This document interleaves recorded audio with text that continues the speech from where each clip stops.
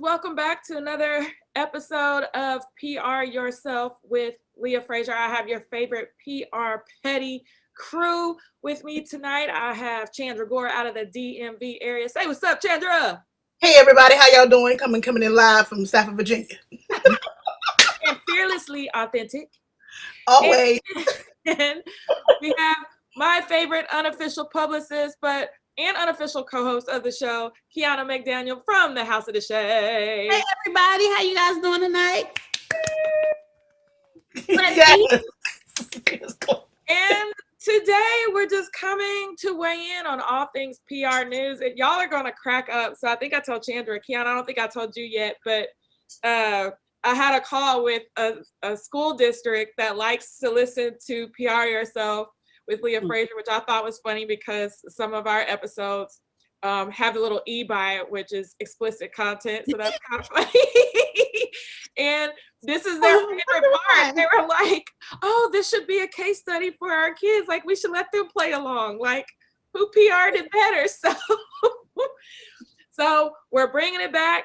And tonight we're talking two hot cases. The first one I'm going to explain and kick it off will be with everybody's favorite influencer turned best-selling author turned business coach and consultant, had a husband, divorced the husband. She's just all things Rachel Hollis. We need to discuss this woman. So we're going to start with that case, and then we're going to end with the Derek Jackson continuously unfolding mystery. I know. So we're going to end. I mean, they're both great cases. We're going to discuss them tonight. I got my helmet.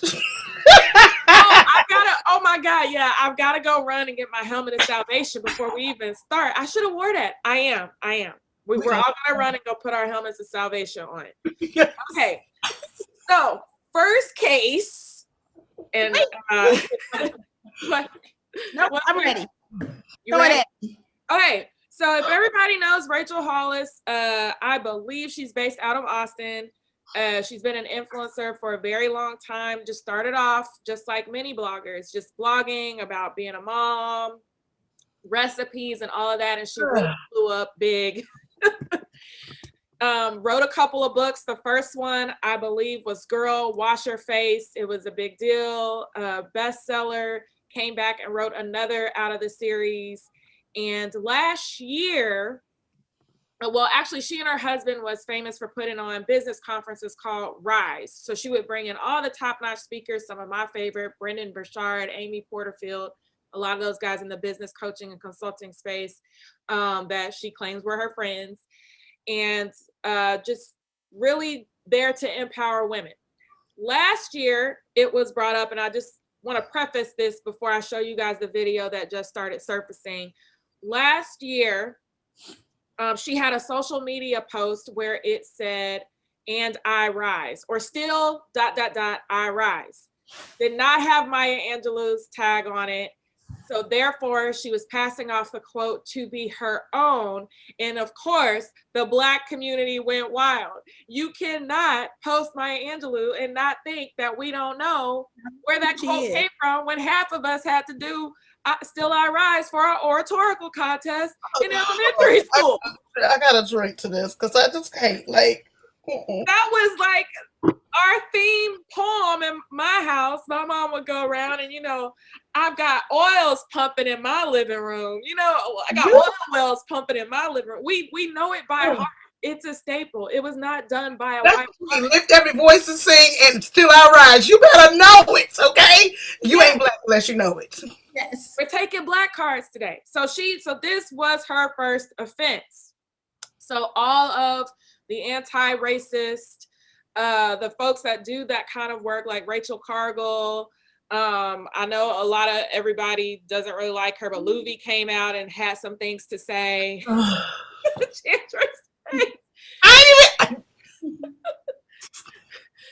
And it really just stemmed around the fact that here is this white woman misappropriating this quote. And if you have an audience that is primarily white and does not know that this historically came from Maya Angelou, then you are going to get the credit because you're pretty much erasing history. And they're going to move forward and continue to erase Black history because they didn't know it originated from Maya Angelou. It blows up. Then people, she blamed it on her social media manager, went on Twitter and IG and all those places and said, I'm sorry, you guys, that was my social media team.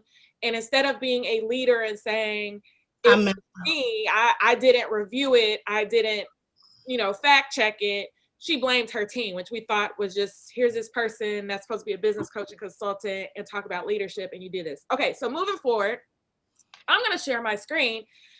Rachel gets past that.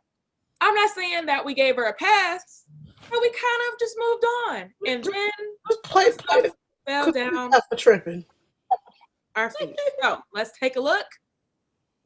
I'm going to... Y'all excuse my face, but that's what I want to say. All right, guys. And, I didn't post it here. It's in my story, so give me 1 second. I did post it on my... Your windows look like mine.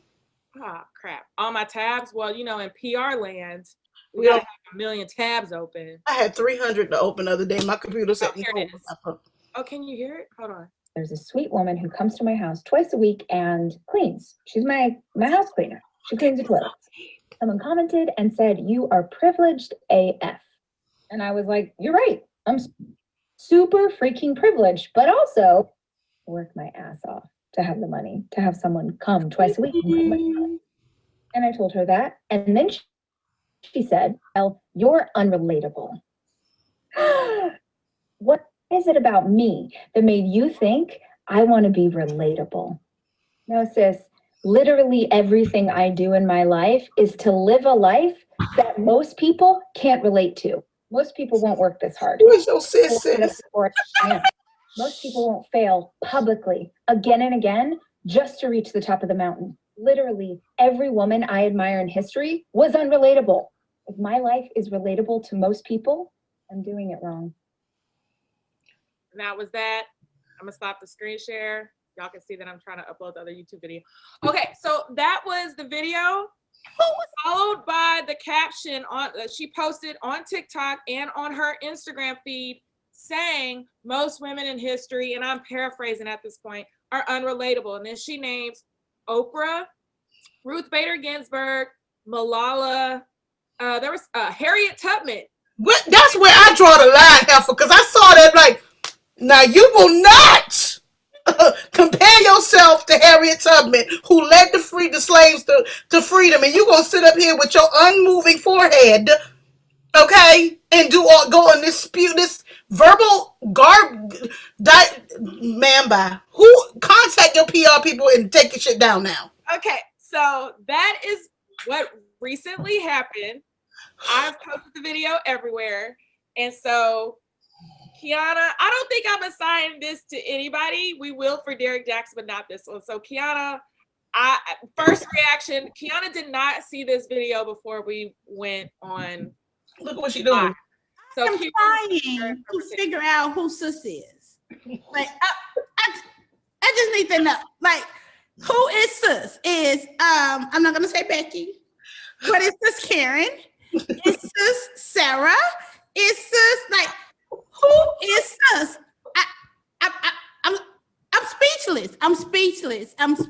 And that don't happen too often. That don't happen too. And then I'm offended. The fact that you are going to take your privileged life and compare it to people who have really been in some major struggles. Oprah. Oh, let's go to Harriet Tubman.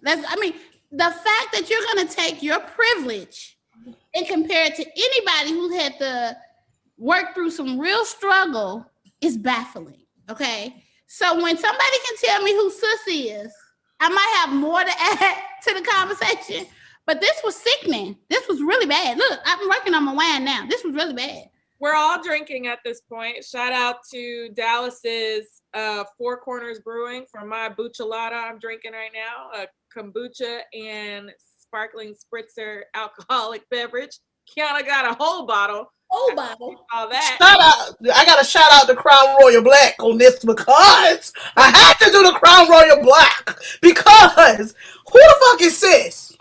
I just somebody just get me sis number so I can ask her what is she talking about? Well, Huh? that's the funny part because if you go on, I mean, and here's the thing, 2 dates. So apparently when it fell on my feed, I was 2 days late. So I got wind of it last night and went off. Apparently it's been out for 2 days. She, as of last night, when I was reposting and telling everybody she's gone left again and she needs PR, she had not taken it down and she hadn't even turned off comments. And so you can see a bunch of Black women like. But it's so funny because that's the privilege. That's the privilege that I'm talking about. Yeah. Like she really thinks that there's nothing wrong with it. She's gonna keep it up there because she's earned. What did she say? She's earned her. I can't remember Her spot or success on the mountain. On the mountain. What mountain are you on? What mountain are you on? The mountain of audacity. Okay. Podcast. Caucasity. Yes, that's right. There you go. And here's the funny thing. In my DM, so I posted in my story, it was white women that were replying back and said the caucasity of it all. And I was like, I love you. Because that's sis. Now they earned the title. Hey sis. Hey sis. Let me just take it back. So for someone who don't know what the Hey Sis is or the Hey Sis movement of it all is, that's something that African Americans have been calling their best friends, girl Judies, whoever, for several years, right? Am I wrong with that? I'm feeling the same way with the Hey Queen movement. I'm really trying to, now that everybody is Hey Queen and hey, and it's becoming universal, I don't like that either because I feel like it's losing its power that originated within our community. And I know that in the LGBTQ community as well, that they do Hey Queen, but like the generalization of it all, like I can't stand it. What's up, Chandra? This heifer actually said in her statement. Oh, it came out. Yeah, let's read it. She has a statement out, and she said it's not going to be a perfectly polished written statement but she references a whole village. So you just ain't gonna learn your fucking lesson, you raggedy, you ma'am. You need to listen to your publicist. Oh, okay. So it starts off by saying, or lack thereof. Someday I'll learn, but not yet apparently. But someday I'll learn. So what does that mean? Like screw the people you're offending, or screw? She actually had the nerve. It's a photo wheel. So it's someday I'll learn, not yet apparently, but someday I'll learn. Someday I'll learn that my intent and my impact can be wildly different things. I made a post last week that was upsetting to people, and even though that was never my intent, I own that it was, and I apologize. Was my post upsetting because I said I have someone who cleans my house twice a week? I've talked a lot about this over the years. I have a nanny. I have someone who helps with cleaning. I have a team at work who helps to build this business, and I think it's crucial, in all caps, that I keep talking about it. I could very easily pretend that I don't have any assistants. I'm sure it would make my brand more likable and certainly more relatable if I act like I achieve all of these things through hard work and organization, but that's bullshit. You don't have to have a clean house or help with your kids or a business with 25 employees. But if you see those things in my life and wonder how they got there, I want you to know that it's a group effort, a whole village, in fact. Was my post upsetting because I mentioned some of my favorite women in history? This one is even harder for me because those women are the most badass I could think of. Someone on my team said, I think people believe you're comparing yourself to them. Comparing myself to the first woman to win a Nobel Prize, the first and only female monarch in the history of China, to the most inspiring woman in American history who freed herself and then risked her life repeatedly to lead others out of slavery, there is no comparison. To believe that because I mentioned them, I am comparing myself to them is ludicrous. Do I aspire to be as brave, as fierce, to live life on my own terms and hopefully inspire other women to do the same? Hell yes, but I can't now or ever compare myself to those women, and I don't want to. I don't want to try and be the next fill in the blank. I'd like to try and be the first me. That was where things started, but because I still haven't learned, I didn't respond to these things on Friday, when I heard that people were upset. I listened to my team instead of my gut. There she goes, blaming her team again. I listened when they told me not to respond, to let it blow over. I listened when they said they would monitor the situation, which meant monitor comments. I woke up this morning to find that certain comments have been muted on my post, including some by Rachel Cargill and Luby, who are both women I admire so much. And if they want to tell me in the world I fucked up with something, we should all listen. Blaming the team again. God. She is blaming her village. She is the queen of just like not taking any accountability whatsoever. It's not like, it doesn't even matter about the comments. It's the action.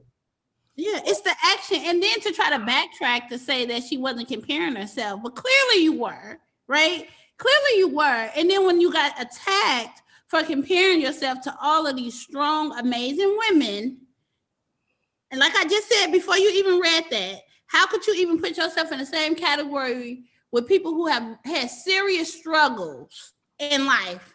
And you're like, stop it. Stop it. I don't want to say. First of all, I would say this. She felt comfortable enough to do this shit again. Oh my she God. never learned her lesson the first time. She didn't adhere to what was actually told to her the last time because she's in a constant state of privilege that she will never understand that she's wrong. And I don't know. The comment that I was saying by Sophia Amoroso, who I love because she started Nasty Gal and then went on to do all of her girl boss stuff. Here's what she said. To this asshats team, this isn't leadership. Isn't that what I said? You're being gaslit. Isn't that what I said? Run fast before that gas lights your resume on fire. Also, we'll be hiring later this year, so send that resume my way while you're at it. You're clearly not the problem here. And to Rachel, you're not a rookie. The I'll learn someday move is the most non-committal response you could have conjured. I get it. I'm a leader who's made mistakes. But for Christ's sake, that's your thing, right? Get a muzzle, get a publicist, get a leadership coach, and figure out how to delete your post. Period. Period. Nothing else needs to be said. And that's on who?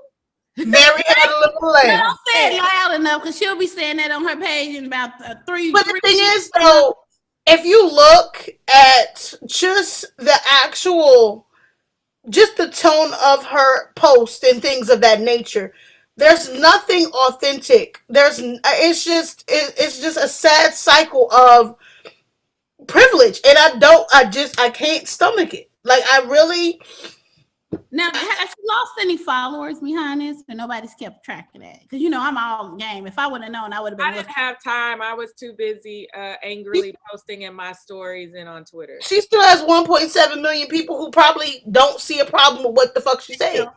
They don't. And it's a huge problem. I'm still on the sus. I feel like we need an apology for that. I'm so But have y'all noticed that her forehead did not move when her eye? Like, this is what's killing me, because, ma'am, there's no emotion. Like, I can't take you seriously because your face is just, I don't get it. Like, you want to be sis so bad. Like, why would you even utter those words? And, oh, gosh. Stick with you, knowing that you fucked up, and say, listen, I'm not a good leader right now. I am not a good leader of my village, as you want to say right now. Like, village. Do the village again. Village. Because it's like, why are you even, like, you borrowing, like, you're worse than, ma'am, stop plagiarizing people's stuff now. The crazy thing is she's acting like she's Oprah. Like, you literally just said 25 employees. No shade, sis, but Quiana, Chandra, and myself, between us all, we probably had 25 contractors. And we would never, ever say the things that you said or say, so-and-so comes and cleans my house. In fact, we would be so offended if I'm sorry, Leah. In fact, we would be so offended if someone was to even imply that to somebody who's contracted to us. Yeah. And she also had, there was on TikTok, there was an actual housekeeper that responded that was like, look, I wake up at 4 a.m. I'm a housekeeper, but I'm also a millionaire. This is just what I choose to do for a living. yeah, you're a millionaire, I'm a millionaire. There's really no difference. Like, no one says just because you wake up at 4 a.m. and do these things, or that you have a maid, that you work harder than everybody else out here and that you're allowed to put people down. So it's blowing up. Like, you guys are getting the first reaction from me on her response because I hadn't read it today. Like, I was running around trying to clear my energy. So My biggest thing is, I will say this, like, when I had someone who did not do their job, that was my fault for not being, I have to be accountable for what happened with my business. You know what I'm saying? Like, that, I would never say, oh, my team. No, I made a mistake. Yeah. I made a poor judgment call and I'm trying to rectify it. My apologies, but let me make this right. That's the first thing out of my mouth as a leader. You ma'am, and I say ma'am, you're not a leader because you once again have not publicly taken responsibility for your shortcomings and you're pushing blame. I don't know, it's the season of push blame because whoever we talk about next is a prime example of the devil made me do it. Jesus dropped the ball. No, y'all are the problem. You need to publicly say, I'm sorry, I fucked up, and I need to do better. Stop blaming your team because your team, they're the only things that's protecting you from failure. So why would you throw them under the bus? That means you have no loyalty to the people who are loyal to you. my problem is that as an owner, founder, CEO, or whatever, you always retain veto power. So if y'all are having these meetings, you always, whether it's 25 of your employees or one, you always maintain the upper hand to say, I understand Right. you're telling me not to delete it, but I'm going to delete it for XYZ reasons. Like, and 9 times out of 10, a lot of these companies are ran and social media managers are like 25 and younger. Yep. I would not expect for them to have the foresight on social, racial equity issues, all of those things, and to absolve her from damaging her brand. But for me, I would think the opposite. With everything that's going on, with all the different movements, the LGBTQ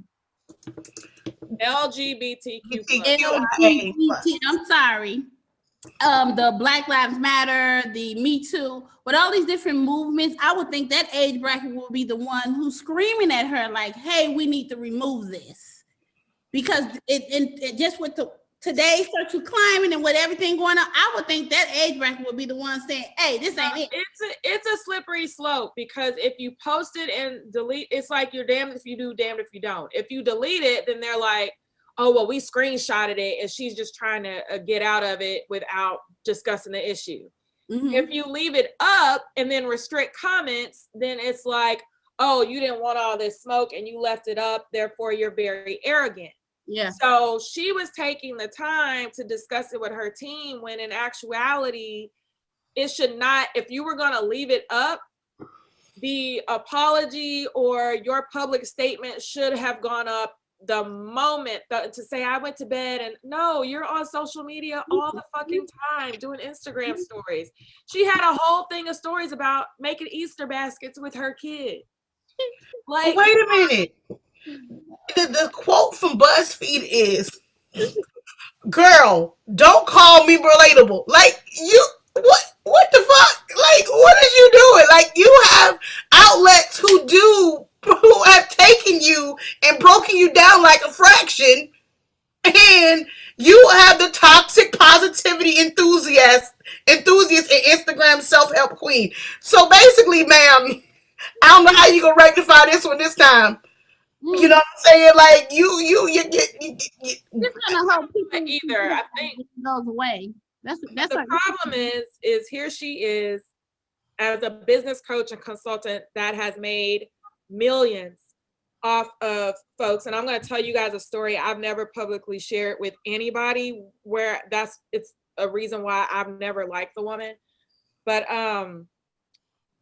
you're supposed to be a business coach and consultant. And a lot of us know, and Quiana, we have a PR Yourself episode about this, that you have to step in front of the brand and get people to connect with you before they even connect with your brand, or to get them to trust you to want to buy whatever it is that you're selling. So for her to put on this facade of I don't want to be relatable is bullshit, because This is the shit she teaches. I was there at her conference in 2019 because a friend invited me.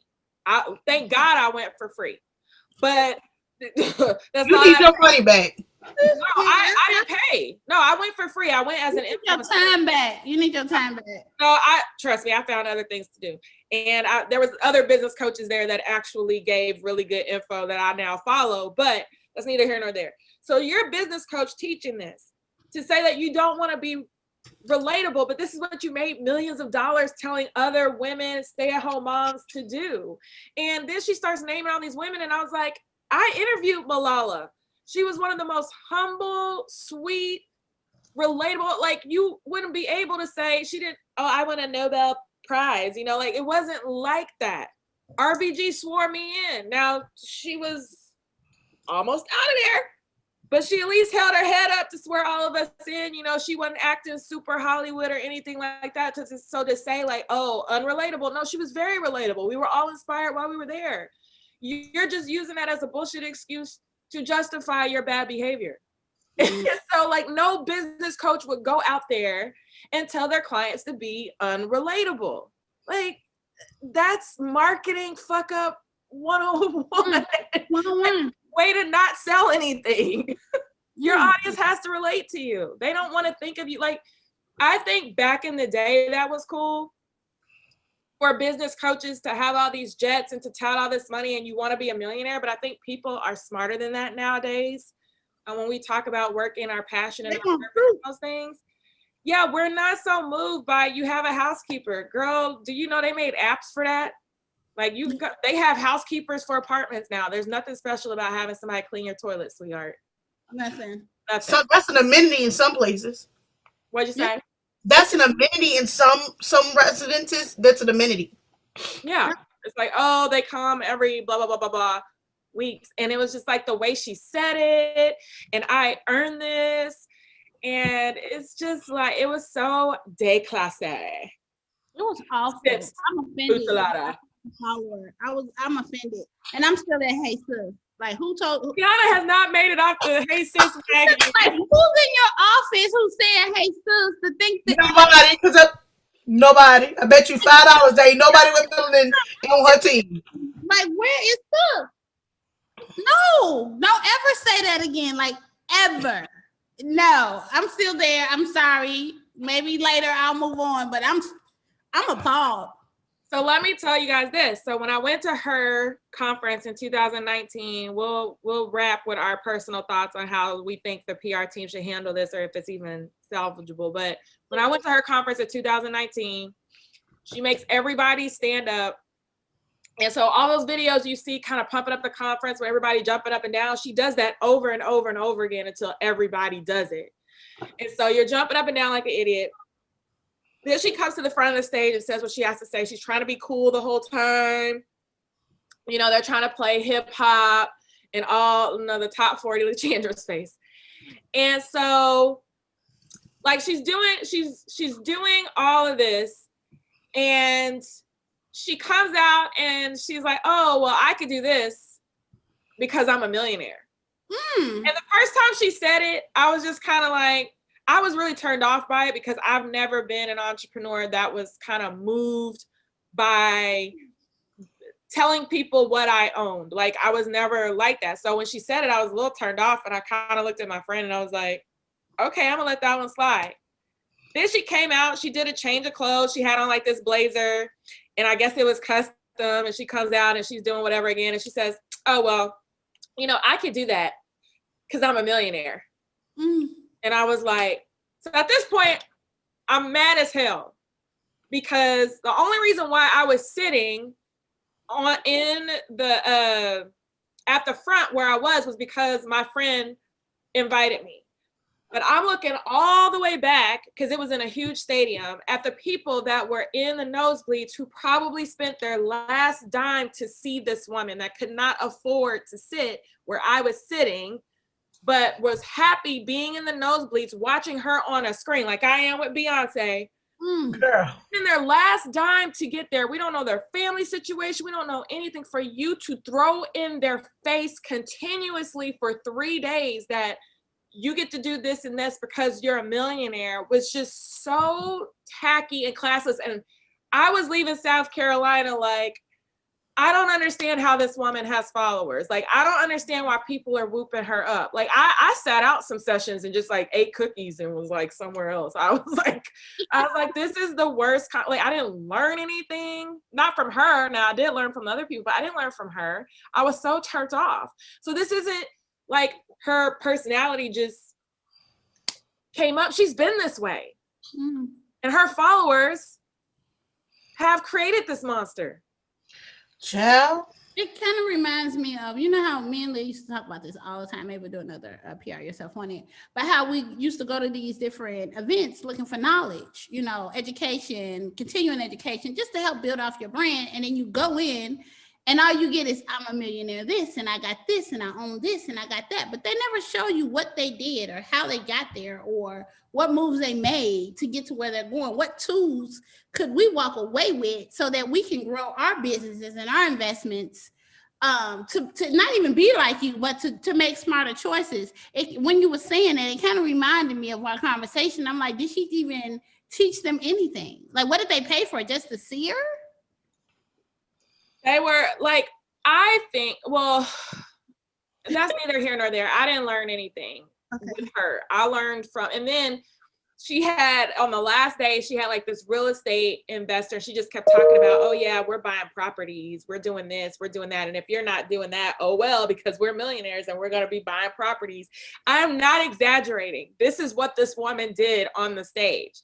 And then she had the financial advisor come on stage and tell the whole audience about how you really need to get with a financial advisor and we're buying real estate and just in case this thing, well, honey, eat your words. I hope your real estate is worth it because people were calling for brand cancellations that work with her on Twitter last night. And you know, folks respond faster on Twitter, Cinnamon Toast Crunch, than they do in other places.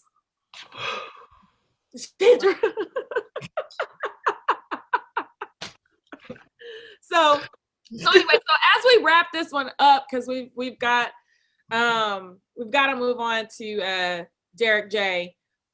Jackson. Why did I say Derek J? Derek Jackson. There's so many Dereks and then they end with J, but that's neither here nor there. I will start with you, Chandra. Like, is her brand at this point salvageable? And if you believe that it is, what do you think the PR approach would be in order for her to rebound? Okay, sis. The first thing I would say, it's, you know what, and quiet isn't kept. She's going to, you know, it's the same thing every time. I'm going through intensive therapy to help to understand exactly what I need to do to recognize my faults. This is what it's going to be. Continuously throwing the team under the bus. Then it's going to be some self-reflection. She's going to meet with a professional and they're going to talk about, you know, her lack of not wanting to be unrelatable and all this other stuff. And then that's going to be the PR approach on this because her brand is so ingrained into other things that she's going to do everything she can to salvage this brand. And it may be that she doesn't speak for a while and she has the team that she threw under the bus. They're going to speak up. They're going to step up and speak for her. And that's what it's going to take. And then after a while, after it all dies down, once again, 365 days later, she going to fuck up again.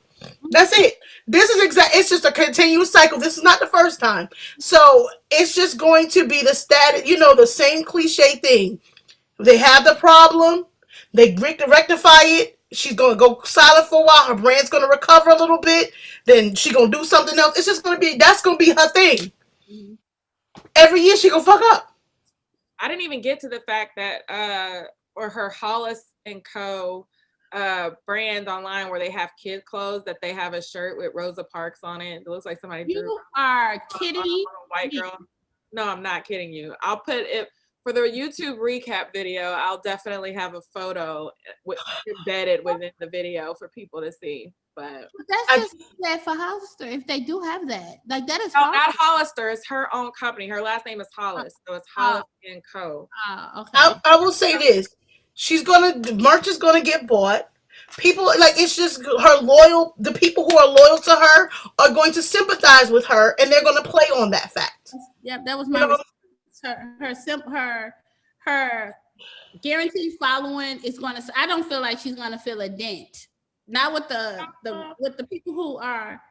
I think if giving these brands pull out, if Target and all those folks stop partnering with her and selling her books, I think financially, so she's going to have to pivot in a way where she's not relying on advertising, sponsorships, and brand deals. So, like, to y'all's point, if her loyal following still wants to do stuff with her, then she's just going to have to pivot into community groups, merchandise, conferences for them. But as far as like these brands, like people are calling for a cancellation across the board. Like Peloton, I guess, was doing work with her, Target, and they're like, cancel her. Mm-hmm.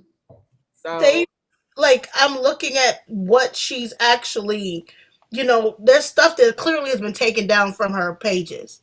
There's stuff that you could clearly see that there's some gaps in what's been there. But she's gonna take a hit, but she's going to either rebrand and come back as a person who went and had a soul searching experience and figured out what she did. It's going to be like that. It's the cliche textbook process. I went to rehab and they told me that I was wrong, and so I'll come to lead to you all that I had an awakening and I didn't want to say that, and then the wavy voice gonna be there, and I just want to apologize. But my team, and I'm telling you, it's always gonna be a team. This is what it's gonna be. It's gonna be the same textbook because they ain't got nothing else. Nothing. You know who this reminds me of? What's his dude? The dude that we saw in Las Vegas. When all of a sudden she's gonna resurface. I'm not racist no more. I've been delivered. Oh, First Lady. Oh, I got you. No. Oh, Jesus. I've been delivered. Delivered. Yes, Mr. Cocktail. Women. I don't want purchases no more. Yes, this is it. This is going to be the same thing, and we're going to see it. And maybe in the next video, her forehead gonna move. I don't know. And people were clowning her eyebrows and her lips too. But I'm not here to put another woman down. I'm here to put her down for just her mindset, her thought process, and just. I just want my forehead to do that. Botox. Like Botox. Nothing wrong with Botox. I've never used it, but I'm just saying. Clearly it works. It works. Okay. And they're gonna call for a cancellation of her Botox provider as well. So Quiana, did you have anything else to add on the Rachel? No, I did not. I'm still disgusted. And if somebody want to tell me where she gets this from, please leave that in the comments. Because I am still there and I am highly offended. I'm appalled. I will just say, when you watch this on replay, oh crap, I don't think you're going to be able to see your face because I had a shared screen. But if you saw what I saw, that shit was funny. You were like, you weren't ready. You weren't ready. You was looking around for sis. You was looking around trying to find sis. Sis was over there. We just didn't see her. If she doesn't have Nan, I would say she has a sprinkling of women of color who follow her, but it's not. Like when I was at that conference, I felt like I was one of 10 Black women out of thousands and thousands. What the helmets was you doing in there? For those of you who I was invited by a friend. I decided to go because I was invited. I was there to support. And I actually thought the conference was going to be good. She had an amazing lineup. I just didn't know she was an asshole. Okay. So I'm actually going to end this one and we're going to restart a new one. So thank you guys for tuning in. We do have more PR petties. We have the Derek Jackson case, so you're going to want to continue listening. Let us know. We're going to go put our helmets of salvation on, i.e. our bonnets, in honor of this one. So you're not going to want to miss it. You may even want to jump over to YouTube so that you can see our bonnets and like how we're going to rock them in honor of Danae Jackson. I don't think I want to make fun of the lady. We're not making fun. We are joining the movement. It's Easter Sunday. We need our helmets of salvation. I'll get the bonnet ready. Oh my gosh. So let us know what you guys think. Like, what do you think about this Rachel Hollis situation? Is it PRable at this point? Well, it's always PRable, but like, is it reboundable? You were her publicist. What would you do? What's the strategy to make this brand come back? I think she just needs to go away. Go away. Go to like a nudist colony or something like that. Just take on a whole new identity. You know, just go away. One less business coach in this world. One less person telling me that they're a millionaire and that's why they can do things. You know, send me an email, leah@think3media.com, if you have some hot topics or news or that you want on the PR Petty. A lot of you guys have been tagging me in stories, screenshotting. It is hilarious. I can't keep up. So thank you guys. You know what to do if you like this. Subscribe, rate, and review. Just found out we are #1 in Kenya and #2 in Trinidad and Tobago. So yay! Claps all around. Yes! Guys, and until next time.